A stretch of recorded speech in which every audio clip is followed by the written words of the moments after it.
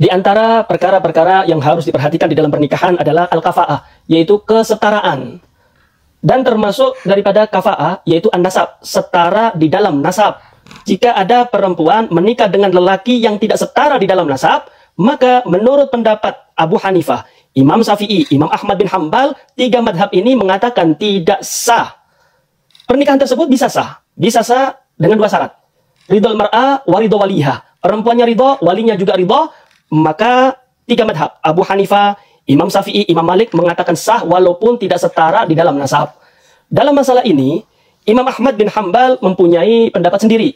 Beliau mempunyai dua pendapat, dua riwayat. Yang pertama mengatakan tidak sah sama sekali, walaupun walinya ridho, walaupun perempuannya ridho. Kenapa? Karena al-kafa'ah haqqun lillah. Karena kafa'ah itu haknya Allah Subhanahu wa Ta'ala, tidak bisa digugurkan oleh siapapun.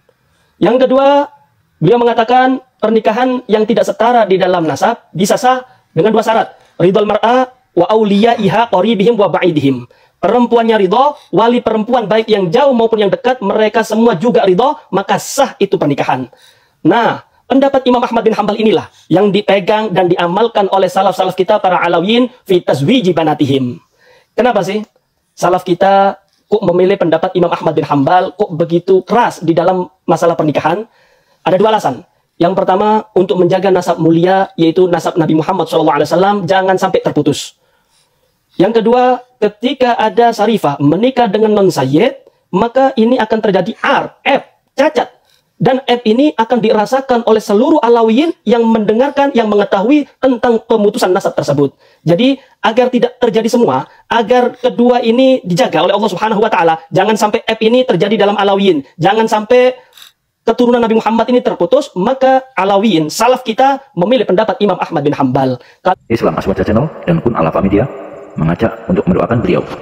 Dan semoga video ini menjadi amal jariah beliau dan bermanfaat. Kalau ada syarifah menikah dengan non-sayyid, menurut Imam Ahmad bin Hambal, pendapat pertama tidak sah sama sekali, walaupun syarifahnya ridho, walaupun walinya ridho.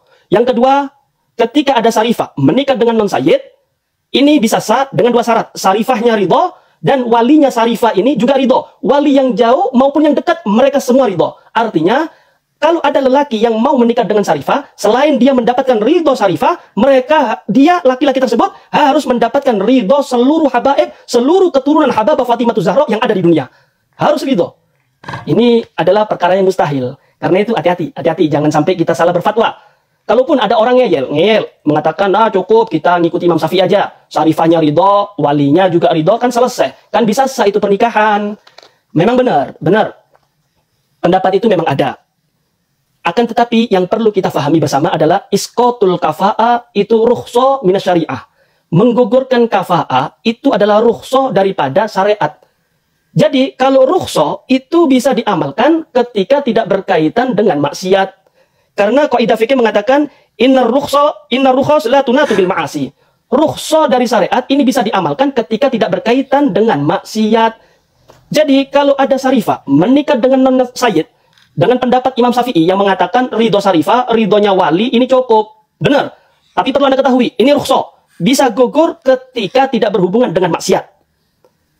Ketika Anda menikah dengan syarifah, itu ada maksiat di dalamnya. Apa maksiatnya? Anda menyakiti hati para alawiyin. Kalau Anda menyakiti hati para alawiyin, mau tidak mau Anda menyakiti hati Hababah Fatimah Zahra.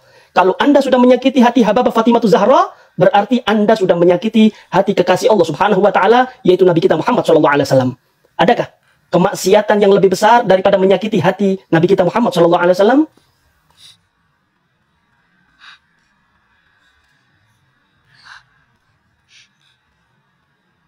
Islam Aswaja Channel dan Kun Alafa Media mengajak untuk mendoakan beliau. Dan semoga video ini menjadi amal jariah beliau dan bermanfaat